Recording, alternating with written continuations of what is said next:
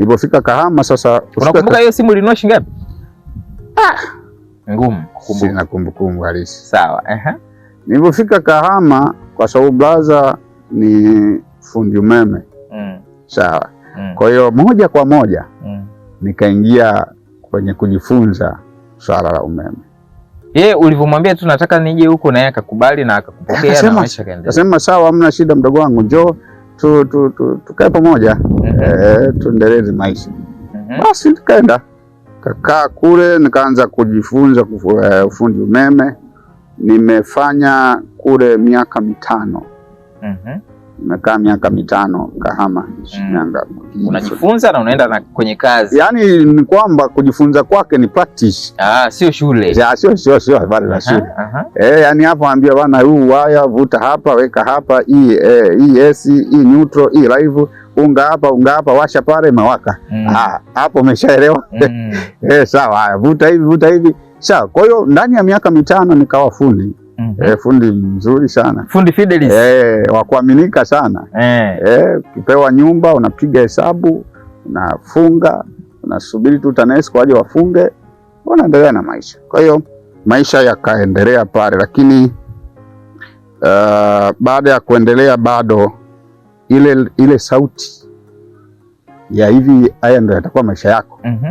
Haikuishia Mbeya. Ikaendelea na wewe Kahama. Ikahama na mimi kaenda.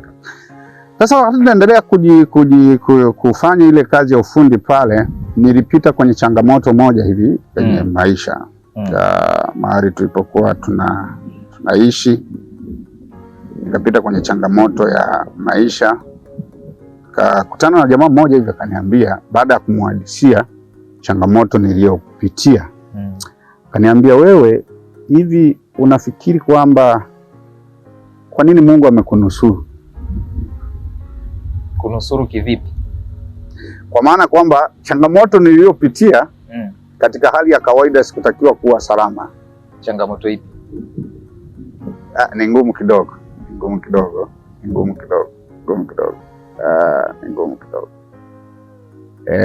kidogo. Hiyo tunaweza kuiacha. Haiwezi kuelezeka. Yaani ni ngumu kidogo. Wakati ukifika tunaweza tukaeleza, lakini sasa. Kwa hiyo baada ya kupita kwenye hiyo changamoto, mtu akaniambia, unafikiri Mungu amekuacha hivi? Amekuacha ili umtumikie. Wewe mtu ulikuwa unafahamiana naye, ulishai kumuona? Nafahamiana naye, alikuwa ni mchungaji, rafiki yangu. Alikuwa ni rafiki yangu mchungaji. Ulikuwa unasali kanisani kwake? Hapana, tulikuwa marafiki tu. Wakati tunazungumza, kaniambia, wewe kuna kitu ndani yako, ila tatizo uelewi. Unafikiri Mungu amekunusuru hapa hivi tu. Sasa hiyo ikaanza kunirudisha kwamba hivyo nafikiri kweli wewe utakuwa fundi umeme? Maisha yako yote atakuwa hivi kweli? Pamoja na kwamba kweli hela nilikuwa napata. Fundi naaminika. Sasa hela napata, lakini bado inaniambia hivyo nafikiri kweli atakuwa ndo maisha yako? Basi baada ya hapo tukaendelea na maisha. Sasa ndani yangu nilikuwa nasikia kuimba. Na nilikuwa naimba. Mwaka gani hiyo? Hiyo ilikuwa ni 2026. 2006, sio? 2006, yes. 2006. Kwa hiyo nilikuwa naimba. Sasa nilikuwa naimba, lakini ulikuwa unaimba nyimbo gani? Nilikuwa naimba tu ili mradi zile nyimbo zimekuja kichwani. Mimi iwe ni gospel, secular. Lakini sana ilikuwa ni gospel. Kwa sababu zilikuwa zinakuja ni kama mtu natunga wimbo, sawa, lakini haueleweki, unaanzia wapi, unaishia wapi, ila mradi maneno yamekuja, mimi naimba tu.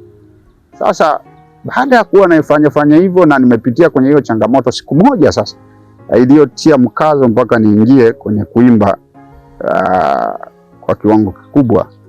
Siku moja nimeenda kutengeneza umeme kwenye duka moja hivi la Mkuria mmoja hivi. Sasa kipindi hicho wimbo wa Boni Mwaitege ndo umetoka. Tani tambuaje kama nimeokoka. 2006 hiyo. Nimeingia pale, yule jamaa alikuwa anagonga, alikuwa anakunywa sana pombe. Anambia, sasa wewe, akaniambia, wewe unahangaika na masuala ya umeme. Ya nini? Wewe ni mwenzio yule anaimba pale. Si ukaimba tu na wewe. Ile iliingia moja kwa moja ndani. Kasikiliza, sema hivi kweli naweza nami naweza kuimba. Kaenda nyumbani kamsikiliza tena Boni Mwitege. Nikasema kama yeye anaimba mimi nawezaje kushindwa? Sasa naanzaje kuimba, sijui hata muziki siuelewi, sifahamu muziki unaimbwaje, mimi naimba tu ili mradi naimba. Basi kulingana na changamoto ile ambayo nimeipitia na haya maneno ninayoyasikia, nikaona sasa nianze kufanya nini? Nianze kuimba. Nikapata msukumo kwamba sasa anza kufanya nini? Kuimba. Sasa naanzaje kuimba wenyewe, mbona sauti sielewi, hata muziki siuelewi, nafanyaje? Nikaamua maamuzi kwamba ngoja niende nikatengeneze beat. Kaenda kamtafuta jamaa mmoja hivi anitengenezee beat. Kahama hiyo. Sasa changamoto inakuja, nilipofika kwenye kutengeneza huo muziki anaambia haya imba. Kaanza kuimba, sema fuata beat. Sasa kichwani na ulijiuliza hiyo beat ndo nini? Yaani kufuata beat ndo kufanyaje? Haya twende, nikamwambia wewe piga tu, Terwana wewe piga tu. Piga imba kwenye key. Sasa kuimba kwenye key. Nasikia kuimba na natamani niimbe lakini sielewi. Beat linaenda kaskazini, mimi unaenda kusini. Basi jamaa sijui alinielewa kunielewa, lakini akanitengenezea muziki. Unakumbuka huo wimbo wako wa kwanza uliorekodi? Zipo nakumbuka sana. Baada ya kutengeneza hizo biti nikarudi sasa nianze kufanya mazoezi. Nianze kufanya mazoezi. Nikapata safari sasa. Hiyo inazungumzia ni mwaka 2009 hivi. Nikapata safari sasa niende nikarekodi sasa Mbeya. Unatoka Kahama naenda kurekodi. Unaenda kurekodi Mbeya. Hakukuwa na studio Kahama ya kueleweka? Sikuwa na connection inayoeleweka kwa habari ya studio. Yule jamaa alikurekodia mara ya kwanza ilikuwaje? Yule jamaa aliyenirekodia mara ya kwanza sikuwa na mawasiliano naye sana hayo. Lakini kilichonisababisha niende Mbeya kwa sababu nilikuwa nahisi kwamba nina support kubwa. Nyumbani na ninafahamiana na watu wengi na tayari wako kwenye mfumo huo wa muziki. Ulikuwa una watu tayari muziki. Ni ndugu au ni kina nani? Ni jamaa rafiki. Ambao tulikuwa nao kwenye umachinga enzi hizo. Kwa hiyo baada ya kufanya hivyo nikarudi Mbeya. Nakumbuka nikarekodi albamu ya kwanza kabisa ambayo niliita Nina Kiu na Wewe. Nina Kiu na Wewe Yesu. Karekodi kule Mbeya 2010 hiyo. Nilivyorekodi nikarudi. Sawa. 2009, yes, 2009 hivyo rekodi nikarudi Kahama. Sasa umerudi nikaendelea na mambo mengine ya umeme. Ile kazi nimeiweka ndani, haina kazi. Ni albamu nzima imekamilika. Imetengenezewa na cover kabisa. Raha yako ni kuona tu umerekodi, umeweka pale safi kabisa. Sasa sijui inatakiwa nifanye nini kingine. Kifuatacho ni nini? Niko kwa sababu nimejisikia kuimba, kaimba, nimerekodi, imekaa, basi tuendelee na maisha. Sasa ilipofika 2000 na kuelekea 2010 hiyo, mwishoni miezi ya 10 hivi. Bado kwamba hapa unapoishi sio sawa. Sauti bado kwamba wewe sio fundi. Wewe sio hapa. Nikachukua maamuzi ya kutoka Kahama kuja Dar. Dar kwa nani? Swali muhimu sana. Kwanza nilipopiga hesabu nikagundua kwamba Mlandizi kuna jamaa yangu, rafiki yangu ambaye amehamia, yupo kutoka Mbeya, ambaye tulikuwa tunafanya nayo machinga miaka hiyo. Sasa yuko Mlandizi, ameweka maisha yake Mlandizi. Nikawasiliana naye, akasema basi njoo. Nilipofika Mlandizi pale nikakaa, lakini nilipofika pale Mlandizi nikamwambia Mungu, hapa nisikae muda mrefu. Miezi yangu 6 inanitosha kukaa. Kumbuka nafika Mlandizi sina kibarua ninachofanya. Kwa hiyo nategemea jamaa angalau tufanye hivi mambo yaweze kwenda. Kwa hali ya maisha ikawa sio sawa. Ikawa ngumu sana. Jamaa wangu alikuwa driver taxi. Ni brother zangu, Sachi ni brother zangu wale watu tunaofahamiana. Basi nikakaa pale. Sasa nafikiri namna gani ninaingia Dar es Salaam. Namna gani naingia? Kule kaka ulimwagaje Kahama kwamba naenda da? Niambia naenda da kutafuta maisha. Kule Kahama ulifanikiwa kupanga chumba na nini? Nilikuwa kwangu nikiwa mtu mzima. Ulipotoka kijijini ulienda Mbeya na ulifanikiwa kupanga chumba. Wakati unaondoka ulimwachia nani vitu? Niliuza. Uliuza. Na Kahama hivyo hivyo? Niliuza. Sawa. Ulivyotoka Mlandizi pale. Nini kilifuata? Nilipotoka Mlandizi nilipokuja kwanza namna ya kutoka Mlandizi kuna jamaa mmoja hivi alikuwa na mkutano. Kumbuka hapo tayari na CD. Na aliposikia mimi niko huku na ananifahamu wakati wanafanya injili Mbeya tulikuwa tunafahamiana. Akasema basi mwambie huyo aje anisaidie kuratibu mkutano. Sawa, na mimi nikasema hapa ndio pa kutokea Mlandizi kuingia da.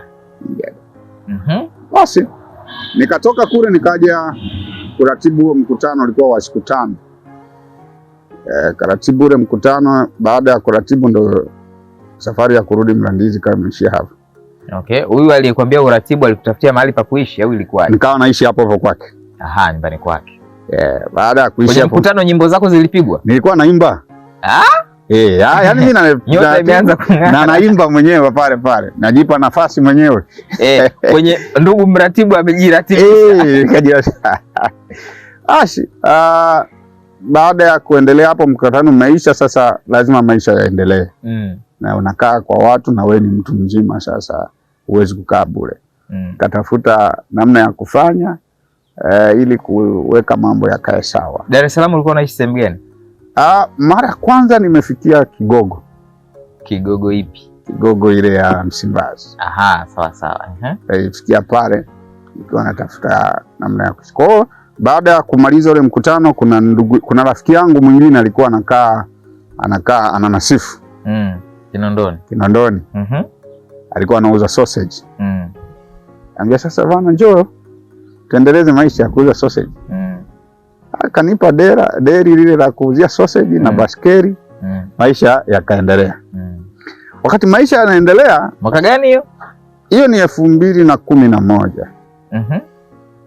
Yes, 2011, 12 hivi. Okay. Maisha yanaendelea pale. Sasa changamoto ikarudi pale. Sauti ile ya Mbeya inarudi. Wakati naongea na wale watu na wauliza kwamba hizi sausage nyinyi mmeanza kuuza lini? Kuna mtu mmoja ananiambia bwana hizi sausage nimeanza kuuza muda mrefu, kipindi hiko zilikuwa na hela, lakini nikimtazama huyu alikuwa anasema zilikuwa na hela. Na hivi alivyo sasa hizi na nikilinganisha na mimi najiona kama mimi ni boss.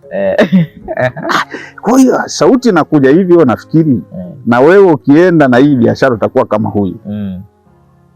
Ilinipa taabu sana. Huku ndani tayari nina CD. Nina kiu na wewe. Sasa nafanyaje? Kaendelea kuuza na mimi sausage.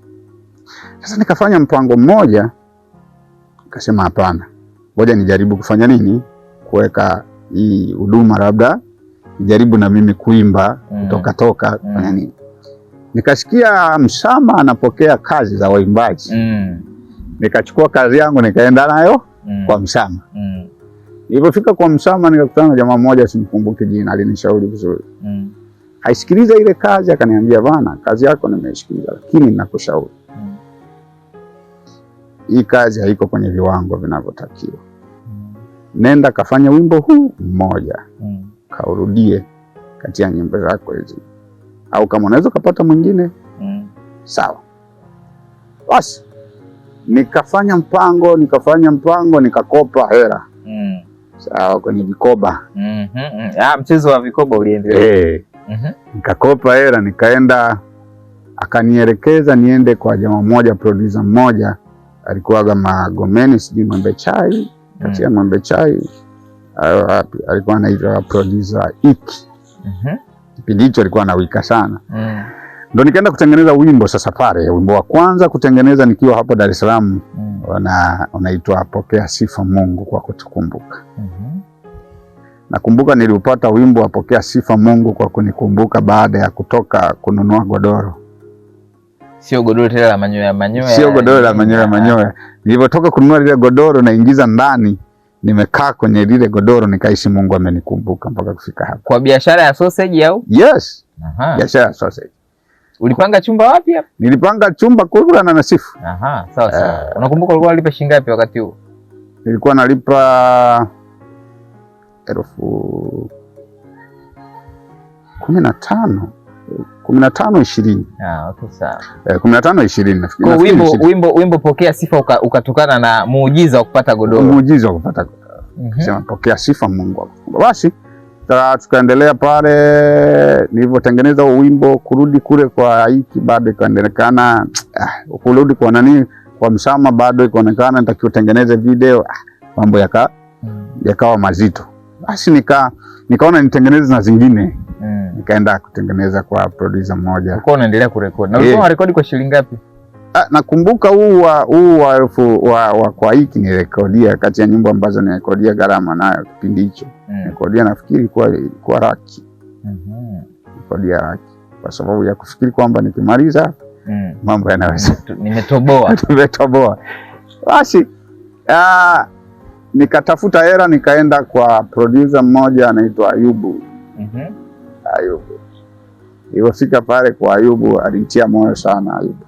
Mpaka leo ni rafiki yangu sana. Alinitia moyo, anambia mzee wa sausage, mpaka leo ananitaka mzee wa sausage. Okay. Akanirekodia nyimbo kama 4 hivi. Nyimbo kama 4 nakumbuka nilimpa kama laki 2. Akasema nitakusaidia mna shida. Kwa hiyo tukamaliza nikakamilisha albamu. Nikachagua na zingine kule nikazichukua nikaziweka mle. Ikawa nyimbo 7 nakumbuka hivi.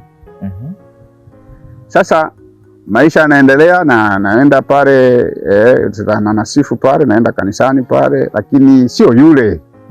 Yaani sio yule ambao unaweza kumdhania kwamba anaweza akawa sana na mambo ya kanisani. Ila nina vitu ambavyo nimeviweka ndani. Sasa nilipokaa pale nikaona huku tayari mambo yameshakuwa magumu tayari Kinondoni. Natamani kubadilisha biashara, lakini nabadilishaje? Sijui. Mtaji sina. Wakomba labda nianzishe biashara nyingine. Mtaji wa sausage ilikuwa pakiti na sausage 100 ni 10,000. Kwa hiyo ukiona 10,000 wewe mambo, lakini biashara yenyewe haikui. Sausage 100 pakiti moja au ilikuwaje? Ilikuwa kwenye pakiti kimoja. Zinakaa 100. Tulikuwa nauza nakumbuka kipindi kile 400, 350. Moja. Kwa hiyo baada ya kukaa kufika pale kuendelea na ile hali maisha yakawa magumu.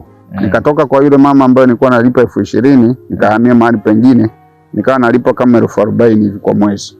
Biashara ilikuwa ngumu kwa namna gani? Kuna wakati unarudi na sausage nyumbani hazijaisha? Yes. Unarudi na sausage nyumbani hazijaisha.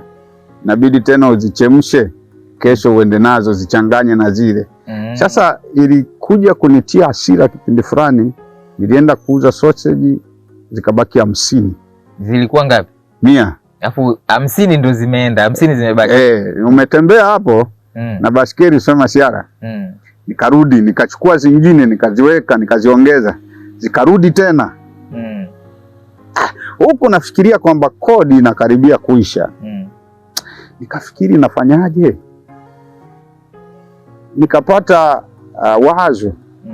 Kuna jamaa mmoja akaniambia bana, hebu nisindikize twende Gongo la Mboto. Kuna mchungaji rafiki yangu huko. Twende, nataka niende nikasali huko. Nikasema sawa, twende. Tukaongozana Gongo la Mboto. Tulipofika Gongo la Mboto tukaingia mle, jamaa wakamaliza ibada tukatoka. Nikauliza, kwani huku vyumba bei gani? Wananiambia huku bana chumba cha umeme 20,000. Nasemaje? Wakati kule ni 40,000. 20,000. Sema okay sawa. nikaenda. Sasa kwa sababu huku nimepata uwenyeji tayari na nilipata hiyo nafasi, nilipokuja na hiyo jamani kaimba. Aha. Zile CD zako zile ya sifa na ile nyingine. Sasa nikaimba, nilipoimba ile mchungaji alinipenda. Akaambia utakuja lini tena? Nikasema subiri, naweza nikapata channel hapo. Basi baada ya kuona hivyo nikaona hapa na hama, nikafanya maamuzi magumu. Nikauza deri, kauza vile vitu vyote vya sausage. Nikasema kitakachokuwa na kikawe huko huko. Nikahamia Gongo la Mboto, maeneo ya Moshi Bar. Nikapata chumba cha shilingi 20,000 hapo kwa mwezi. Nikalipa miezi 2 nakumbuka. Sasa nimelipa hicho chumba, sina biashara ninayoifanya. Na sijui itakuwaje. Umelipia miezi mingapi? 2. 40. Na ndani tukumbuke tunayo CD ina cover kila kitu. Maisha yakaendelea. Una kopi kama ngapi hivi? Kopi nilikuwa tayari nimeshazitengeneza, nazo kama 16 hivi. Okay. Sasa wakati naona mambo yameshaenda, nikasema hapa, ili nisije nikarudi kuuza sausage, hata basikeli niuze. Yaani kusiwe na chochote cha kunishawishi. Kusiwe na chochote cha kunishawishi kwenda kufanya nini? Kuuza tena sausage. Nikauza na basikeli.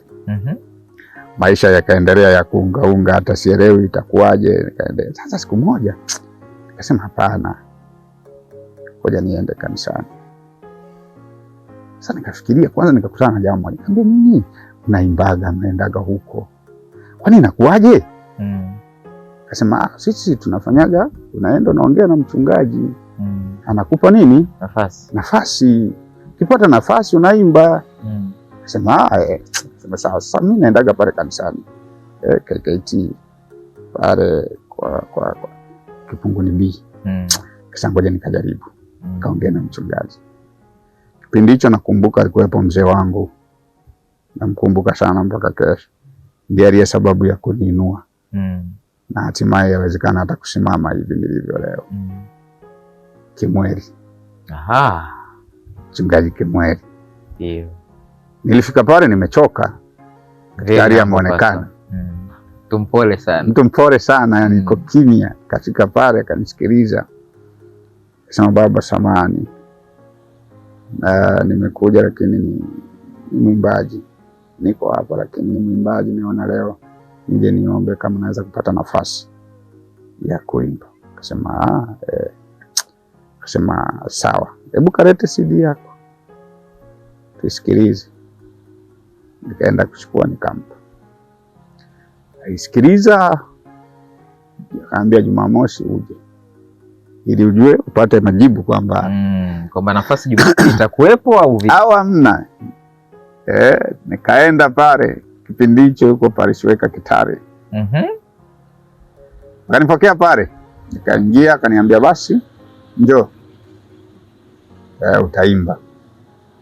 Sawa, Jumapili nikaenda. Ilifika Jumapili, nilikuwa na kasuti kangu. Nikakapigilia kasuti kangu safi, nikaenda. Nikawahi sana asubuhi, nikatulia pale. Baada inaendelea, kaniita kuimba. Kwa sifa Mungu kwa kutukumbuka. Bana we. Nilikuwa na CD 16 ya 17 ya kuimbia.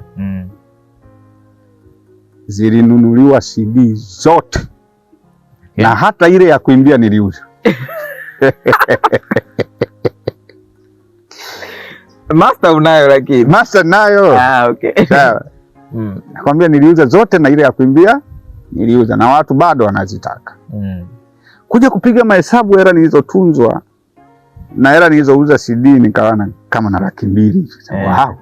Hii maisha ndo haya. Hapo umeamua kuishi, ulikuwa unaishi Moshi Bar? Yani hapo ndo naishi Moshi Bar. Huna kazi yoyote ya kupata hela? Sina kazi yoyote ya kupata hela. Ukapiga 200,000 hapo. Ukapiga 200,000 papa. Sema haya kumbe ndo maisha. Baada ya kutoka pale nikaingia ofisini, nikamshukuru sana mchungaji. Nakushukuru sana kwa kweli kutoka hapo moyo wangu kajikita sasa kwamba kumbe ukimtumikia Mungu naweza ukafanikiwa, naweza ukapata faida. Nikaanza kuona kwamba hivi kumbe nilicho nacho ni cha thamani. Hivi kumbe kinaweza kunifanya nikabadilika, maisha yakabadilika kuanzia sasa. Kwa hiyo kuanzia hapo nikaanza, maisha yakaanza kubadilika, nikajikita kwa 100% sasa kwenye swala la huduma na nikiwa chini ya mchungaji Kimweri. Kuanzia hapo ndo nikaendelea nikafanyaga uzinduzi pale, nikafanyia uzinduzi pale miaka hiyo, wakati mzee wangu yupo 2000 na ngapi? 2000 na kumbuka ilikuwa 2015. Yes, 2015. Okay. 2015. Sasa wakati nafanya ule uzinduzi, wakati naimba pale ile album nilikuwa nimeipa jina la Hayo ni Mawazo Yenu. Wimbo uliokuwa umebeba title ya album ilikuwa inaitwa Hayo ni Mawazo Yenu. Mawazo Yenu. Ukifikiri vile ambavyo watu wanasema na vile ninavyotazama ni vitu viwili tofauti. Kwa hiyo ni mawazo yenu. Hayo ni mawazo yenu tu. Lakini Mungu anawaza mema kwa ajili yako. Kwa hiyo baada ya kuimba pale, siku moja wakati tunajiandaa kufanya uzinduzi, mzee wangu Kimweri aliniita. Kwa madhabahuni, akaniambia, mwanangu njoo. Sema sasa sikiliza. Hii album unayoenda kufanya uzinduzi, usiite Hayo ni Mawazo Yenu. Iite Pokea Sifa Mungu kwa kunikumbuka. Kwa kuanzia pale nikaenda kubadilisha na cover. Nikaita Pokea Sifa Mungu kwa kunikumbuka. Huduma ikaendelea mpaka kufika hapa nilipofika leo. Kwa hiyo kuanzia hapo maisha yangu ikawa mimi ni madhabahuni na mimi madhabahuni na mimi kufikiri kwenda kutafuta sijui ni. Nakumbuka kipindi fulani nimewahi baada ya kupata vichenji nikaenda kutafuta kuuza mitumba, lakini mitumba ilienda hata ilipotelea wapi sijui. Biashara iligoma. Ukaambia wewe kwako ni huku. Nikaambia wewe hapa. Acha kiherehere, wewe ni hapa.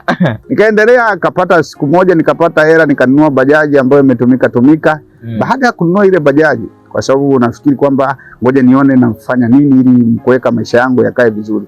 Baada ya kununua ile bajaji na iendesha, ninaenda ngambia, hivi unafikiri wewe ni dereva bajaji kweli? Sio siri. Nilipofika nyumbani nikamwambia mke wangu tuiuze.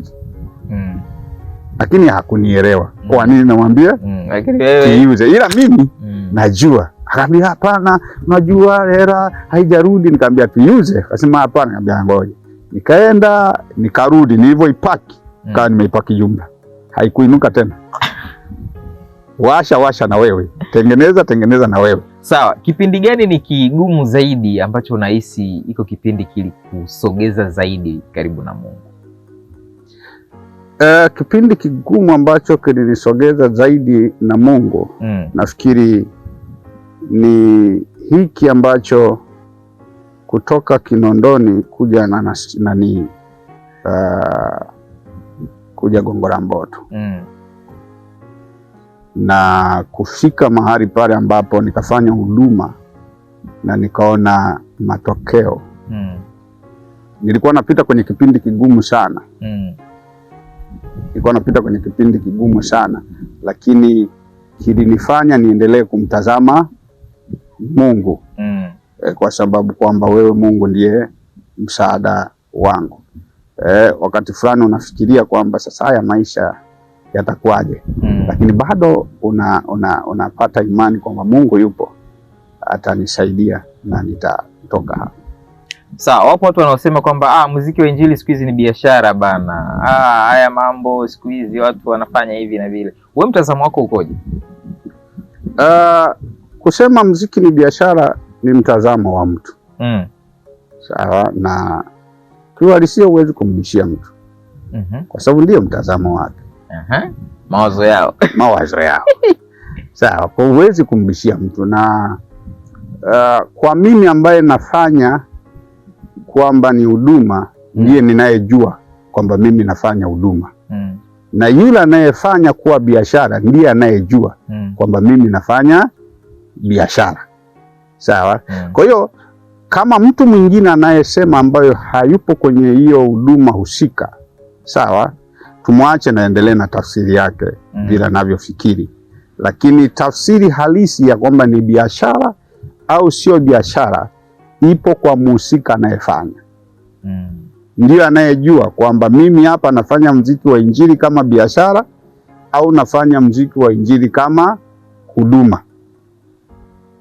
Sawa. Huu wimbo wako ambao umeuzindua hivi karibuni kuhusu masuala ya kueleweka. Tunajua wimbo ukiimba unasikilizwa na watu wote. Yes. Lakini unafikiri ungeambiwa bwana, tunataka wimbo wako umwimbie mtu mmoja tu, ungetamani umwimbie nani? Na kwa nini? Ningetamani nimwimbie mtu yule ambaye anataka kukata tamaa. Juu ya mipango, maono na malengo aliyonayo. Anayekatishwa tamaa na watu kwa vile wanavyomtazama, kwa vile wanavyomwambia. Ningemwambia asilazimishe watu wamuelewe leo, ili kumtia moyo kujua kwamba, nasemaga hivi kwamba Mungu anaposema na wewe kuhusu jambo fulani, unakuwa peke yako na Mungu wako. Na wakati mwingine Mungu anaposema, mfano Mungu alipokuwa anasema na mimi habari za kumtumikia, sikukubali kirahisi. Kulikuwepo na hatua mpaka nikafikia kuelewa. Sasa kwa nini leo hii nikitoka mbele ya watu ambao kwanza hawakuwepo kule ambako Mungu alikuwa anasema na mimi, nataka wanielewe kwa haraka kiwango hicho? Kwa hiyo ningemwambia huyu mtu kwamba yeye aendelee kufanya kile ambacho Mungu ameweka ndani yake. Nasema jitathmini katika mambo matatu. Moja, angalia kwa Mungu wako unachofanya unakosea. Ukikuta kwamba kwa Mungu huna kosa na unafanya kile Mungu alichokupa, haijalishi wewe unamtumikia Mungu au sio cha kumtumikia Mungu, sawa, yani unafanya maisha ya kawaida tu, sawa, au maisha ya kumtumikia Mungu, ukiona kwa Mungu hukosei, endelea mbele. Jambo la pili, ukiangalia sheria ya Tanzania inakusemaje juu ya hicho unachokifanya? Je, inakukataza? Inakwambia ni makosa? Ukiona sio makosa kwa mujibu wa sheria, endelea mbele. Tatu, ukiona maadili, ukichunguza maadili ya Mtanzania hayakukatazi kufanya hicho, wewe songa mbele. Kuna wakati hao wanaosema hautakiwi kufanya hivyo watakuelewa. Umewahi kukumbana na ukosoaji, yani mtu akakukosoa kuhusu huduma yako ya uimbaji, lakini baadaye akaja kukuelewa? Sana tu. Ilikuwaje? Sana tu. Nakumbuka kwanza nilianza kujikosoa mwenyewe. Kwanza nilianza kujikosoa mwenyewe kwamba hii sauti kweli hii nayoimba hivi naweza kweli watu wakaielewa? Mimi mwenyewe kwanza. Hicho ndio kikwazo cha kwanza ambacho nimewahi kukutana nacho. Sawa. Lakini jambo la pili, nimewahi kusikia mtu anasema mtu mwenyewe kuimba hajui, hata utunzi wake hata ueleweki. Ni mtu wako wa karibu? Na nilitegemea kwamba angenitia moyo. Angefanya nini? Angenitia moyo, lakini vijana wanasema alinisiriba. Alinikandia. Baada ya kusema hivyo, kwa kweli nilinyong'onyea kwa sehemu, lakini nikagundua kwamba yeye hajui nimetoka wapi na tumekutana tu hivi. Kwa hiyo mimi nitafanya kile ambacho nahisi nimepewa nifanye. Lakini baadaye nikamsikia huyo akisema, unajua wewe nyimbo zako unavyozitunga ni nzuri tofauti na akina fulani. Nikakumbuka hivi ndio huyu au hivi ndio huyu au mwingine. Lakini nikajua kwamba ni wakati wake umefika wa kuelewa kile ambacho Mungu amenipa. Sawa. Labda unafikiri baada ya watu kumaliza kusikiliza wimbo huu mpya, unataka wakumbuke jina lako au wakumbuke ujumbe uliomo ndani ya wimbo? Yaani unataka nini hasa wakibebe baada ya kusikiliza huu?